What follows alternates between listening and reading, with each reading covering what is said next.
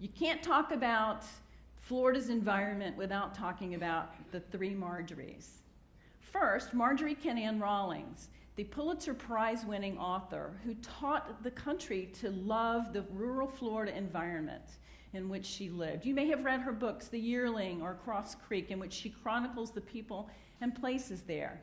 I mean, I could go on and on about the Marjories, so I think what I'll do is I'll just give you some facts that you may not know. One thing to know about Rawlings is that she was not an activist in a sense, but she, during World War II, became very concerned about forestry practices in Florida. And as a result, she ended up writing an article for Collier's magazine during the war, in which she argued that many things were important for the war effort, but so was saving Florida's trees.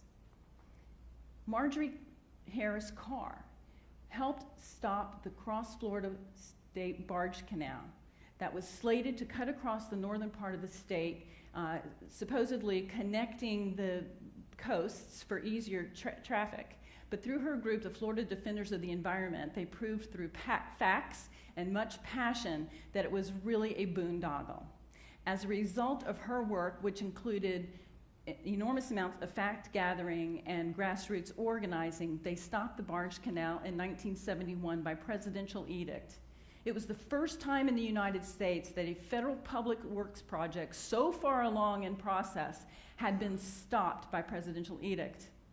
One interesting thing about Carr is whenever she went to hearings, very often she would be portrayed as just a little Micanopy housewife. But when she got up to speak, she could eviscerate her opponents because she was in fact a master's trained biologist who knew exactly what she was talking about and was well versed in a fairly new field, ecology. Marjory Stoneman Douglas was a New England transplant to Florida who gave us, through her wonderful book, the way to understand the Everglades. Her book was called Everglades River of Grass, and through that description, she helped us to understand this important wetland and how it operated. What you may not know about Douglas is she did not become an activist on behalf of the Everglades until she was 79 years old. And she did it at a time when there was a proposed SST jet port proposed in the middle of the Everglades. And she got involved and started a group called the Friends of the Everglades, a group that continues today.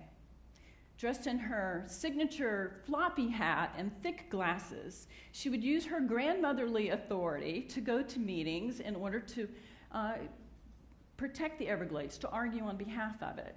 And as she used to say, "They can't be mean to me, I'm a little old lady.